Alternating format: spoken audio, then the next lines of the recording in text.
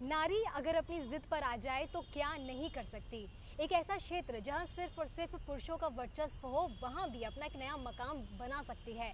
एक ऐसी महिला हमारे साथ में है जिन्होंने ध्रुपद गायकी में इतना नाम कमाया कि आज उनका नाम किसी पहचान का मोहताज नहीं। जी हाँ, हम बात कर रहे हैं राजस्थान की पहली महिला ध्रुपद गायिका मधु भट्ट तेलंग जी की, जो इस वक्त हमारे साथ हैं।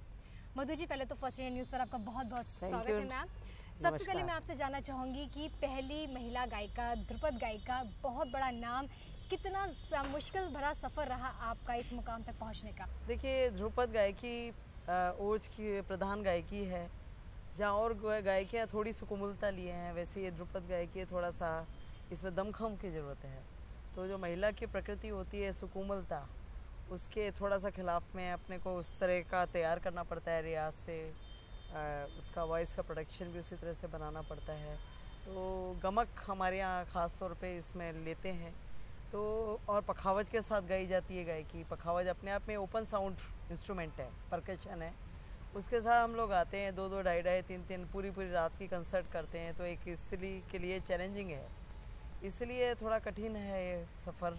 बहुत सफ़र कठिन रहा, 10-10, 12-12 घंटे रियाज़ भी किया, पूरी होल नाइट भी रियाज़ किया, तब अपने को इस गायकी के लिए तैयार किया मैंने।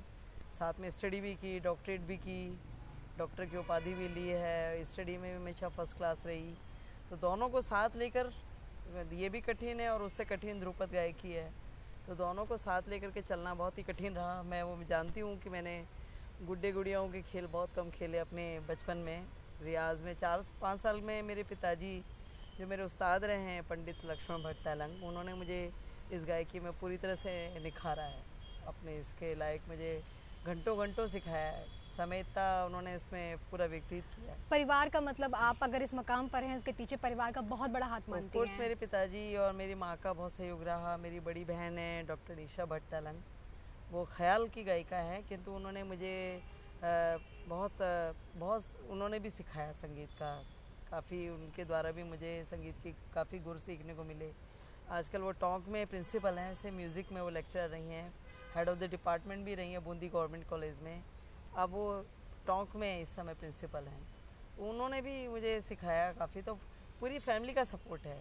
मेरे जो ब्रदर हैं रवि शंकर, वो वायलिन के अच्छे कलाकार हैं, गायन में भी हैं, उनका अच्छा दखल है, तो उन्होंने भी बहुत सपोर्ट किया। पूरे फैमिली का मुझे सपोर्ट रहा है। जैसा कि आपने बताया कि परिवार से आपको बहुत सपोर्ट मिला, समाज का रवैया इसके प्रति कैसा आपको देखने को मिला? देखिए, समाज में अपने को साबित करने के लिए मुझे काफ़ी चैलेंज लेना पड़ा, क्योंकि समारोह में जब गाती थी तो काफ़ी आलोचनाएं भी होती थी, क्योंकि लोग कहते थे कि भी ध्रुपद में गमक नहीं होती है, ये नहीं होता है, काफ़ी कुछ बातें सुनने को मिलती थी।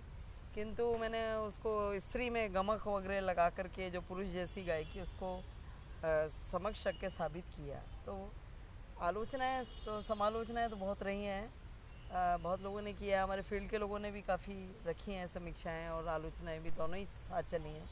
किंतु अपने रियाज से और अपने को साबित किया मैंने। जैसे कि भी आपने बताया कि बहुत सारी आलोचनाओं से परिवार ने साथ दिया, आलोचना भी आपकी होती रही, उसके बाद आप जो हैं आज इतना बड़ा नाम बनकर सामने आई हैं।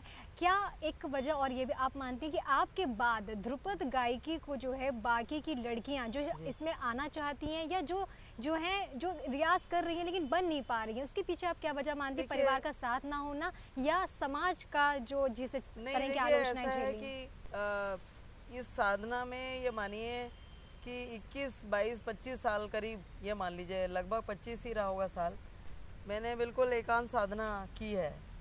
और हमारे पिताजी ने जब हमको सिखाया था तो इस तरह नहीं सिखाया था कि इससे पैसा कमाना है कि यश कमाना है।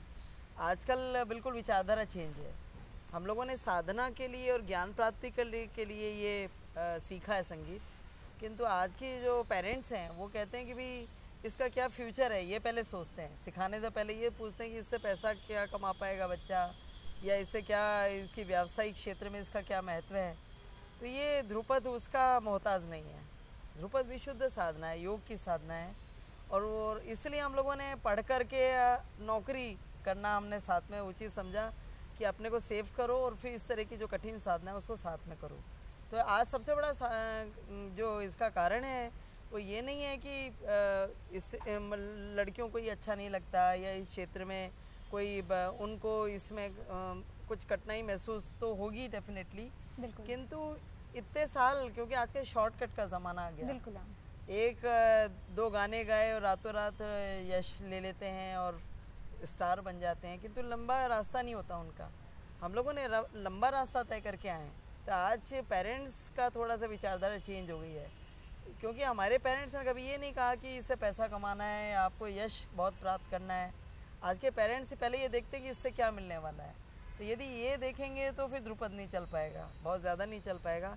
किंतु फिर भी हमारे साथ बहुत सारी लड़कियां हैं जिनके पेरेंट्स हैं। मेरे साथ एक दो लड़कियां बहुत अच्छी आ रही हैं, बच्चे मेरे स्टूडेंट के रूप में, वो ध्रुपद सीख रही हैं और करीब 10-12 साल तो हो गया उनको सीखते सीखते, और वो इंजीनियर भी बन गई हैं लड़की, फिर भी ध्रुपद सीख रही हैं।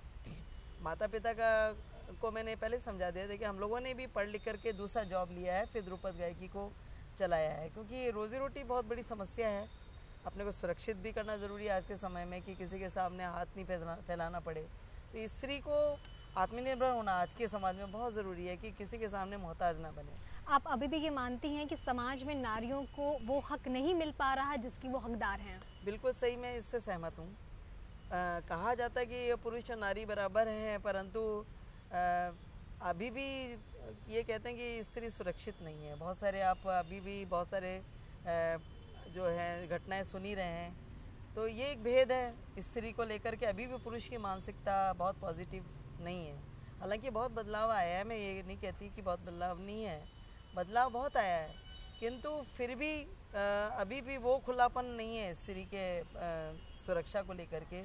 तो इसलिए अभी भी वो समय नहीं है कि अभी स्त्री भी रात को अपने कंसर्ट के लिए, जैसे हम भी रात को कंसर्ट होती है तो अपने को 9-10 बजे हम लोग को अपने घर आने की सोचते हैं। अभी वो नहीं है कि हम बिल्कुल बेधड़क होकर 12-1 बजे तक आराम से कंसर्ट सुन के आएँ। तो ये फ़र्क है, बिल्कुल है, कि हम लोग अभी भी अपने को बहुत सुरक्षित महसूस नहीं कर रहे हैं। ऐसी महिलाएं जो आपकी तरह कुछ अलग हट के करना चाहती हैं, उनके लिए आपका क्या मैसेज है? देखिए, मैं ये कहती हूँ कि कोई भी विधा या कोई भी आर्ट या कोई भी क्षेत्र स्त्रियों के लिए कठिन नहीं है। मैं तो ये मानती हूँ चुनौती लेनी चाहिए, और कोई भी यदि ठान ले, आदमी स्त्री ठान ले, या अपनी लगन से, अपने समर्पण से, अपनी मेहनत से किसी भी क्षेत्र को साध सकती है। देखिए, अब मिसाइलें भी चला रही हैं स्त्रियाँ, अंतरिक्ष पे पहुंच गई स्त्री। तो यदि हम चुनौती ले सकते हैं तो स्त्री, कोई भी क्षेत्र ऐसा नहीं है जो ये कहा दिया जाए कि स्त्री के लायक नहीं है।